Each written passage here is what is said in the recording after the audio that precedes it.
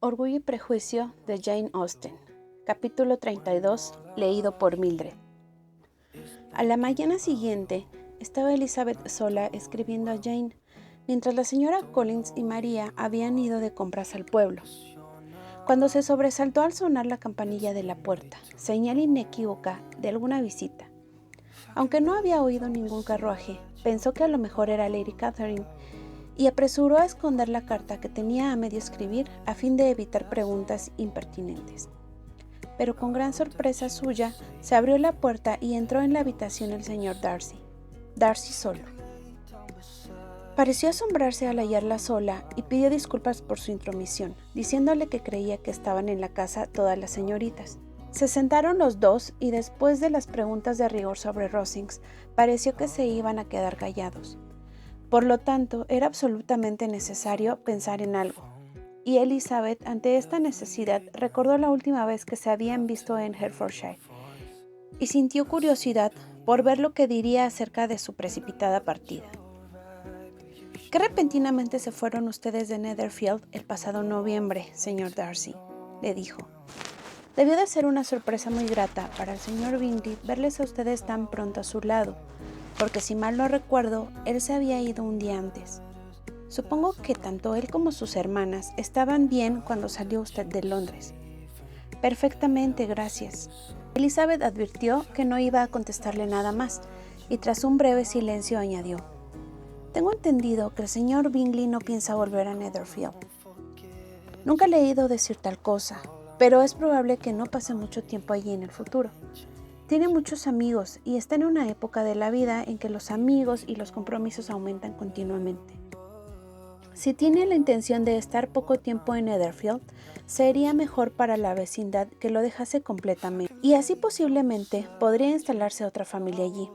Pero quizá el señor Bingley no haya tomado la casa tanto por la conveniencia de la vecindad como por la suya propia, y es de pensar que la conserve o la deje en virtud de ese mismo principio.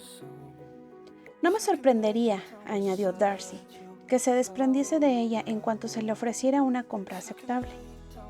Elizabeth no contestó. Temía hablar demasiado de su amigo, y como no tenía nada más que decir, determinó dejar a Darcy que buscase otro tema de conversación. Él lo comprendió y dijo enseguida: «Esta casa parece muy confortable. Creo que Lady Catherine la arregló mucho cuando el señor Collins vino a Hunsford por primera vez». «Así parece, y estoy segura de que no podía haber dado una prueba mejor de su bondad. El señor Collins parece haber sido muy afortunado con la elección de su esposa». «Así es, sus amigos pueden alegrarse de que haya dado con una de las pocas mujeres inteligentes que le habrían aceptado o que le habrían hecho feliz después de aceptarle.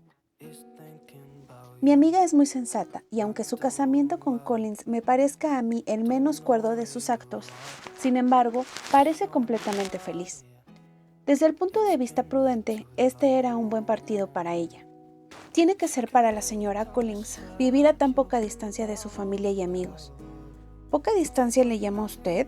Hay cerca de 50 millas». «¿Y qué son 50 millas de un buen camino? Por más de media jornada de viaje». «Sí, yo a eso lo llamo una distancia corta».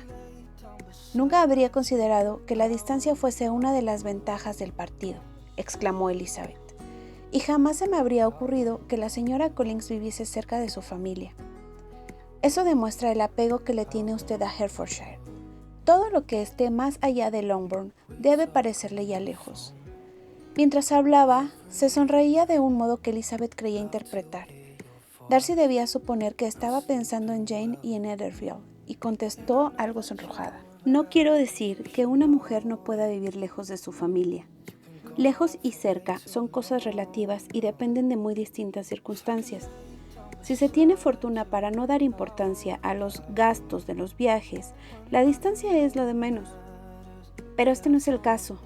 Los señores Collins no viven con estrecheces, pero no son tan ricos como para permitirse viajar con frecuencia.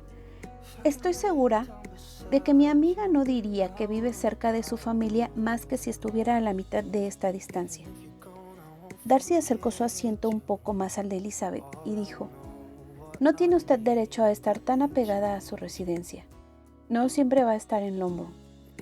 Elizabeth pareció quedarse sorprendida, y el caballero creyó que debía cambiar de conversación. Volvió a colocar su silla donde estaba. Tomó un derio de la mesa y mirándolo por encima, preguntó con frialdad: ¿Le gusta a usted Kent? A esto siguió un corto diálogo sobre el tema de la campiña, conciso y moderado por ambas partes, pero pronto terminó, pues entraron Charlotte y su hermana, que acababan de regresar de su paseo. El tete-a-tete las dejó pasmadas. Darcy les explicó la equivocación que había ocasionado su visita a la casa. Permaneció sentado unos minutos más, sin hablar mucho con nadie, y luego se marchó. ¿Qué significa esto?, preguntó Charlotte en cuanto se fue.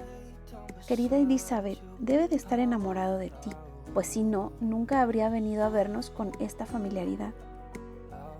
Pero cuando Elizabeth contó lo callado que había estado, no pareció muy probable. A pesar de los buenos deseos de Charlotte, y después de varias conjeturas, se limitaron a suponer que su visita había obedecido a la dificultad de encontrar algo que hacer, cosa muy natural en aquella época del año. Todos los deportes se habían terminado. En casa de Lady Catherine había libros y una mesa de billar, pero a los caballeros les desesperaba estar siempre metidos en casa. Y sea por lo cerca que estaba la residencia de los Collins, sea por lo placentero del paseo, o sea por la gente que vivía allí, los dos primos sentían la tentación de visitarles todos los días. Se presentaban en distintas horas de la mañana, unas veces separados y otras veces juntos, y algunas acompañados de su tía. Era evidente que el coronel Fitzwilliam venía porque se encontraba a gusto con ellos, cosa que naturalmente le hacía aún más agradable.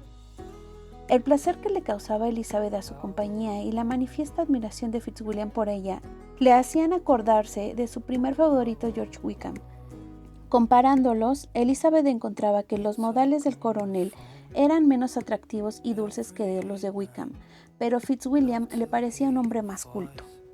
Pero comprender por qué Darcy venía tan a menudo a la casa ya era más difícil. No debía ser por buscar compañía, pues estaba sentado 10 minutos sin abrir la boca, y cuando hablaba más bien parecía que lo hacía por fuerza que por gusto, como si más que un placer fuese aquello un sacrificio. Pocas veces estaba realmente animado. La señora Collins no sabía qué pensar de él.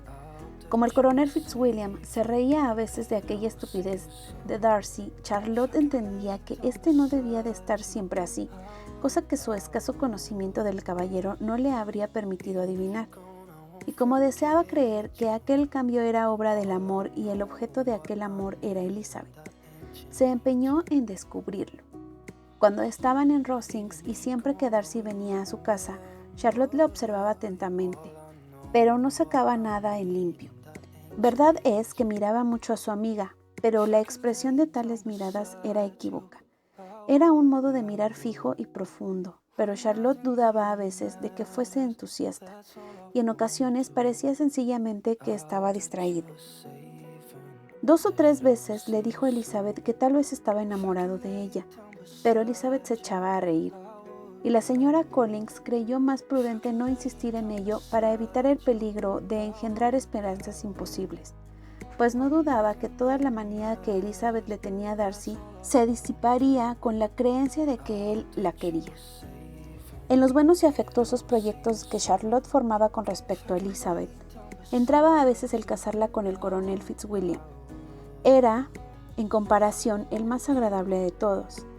Sentía verdadera admiración por Elizabeth y su posición era estupenda, pero Darcy tenía un considerable patronato en la iglesia y su primo no tenía ninguno.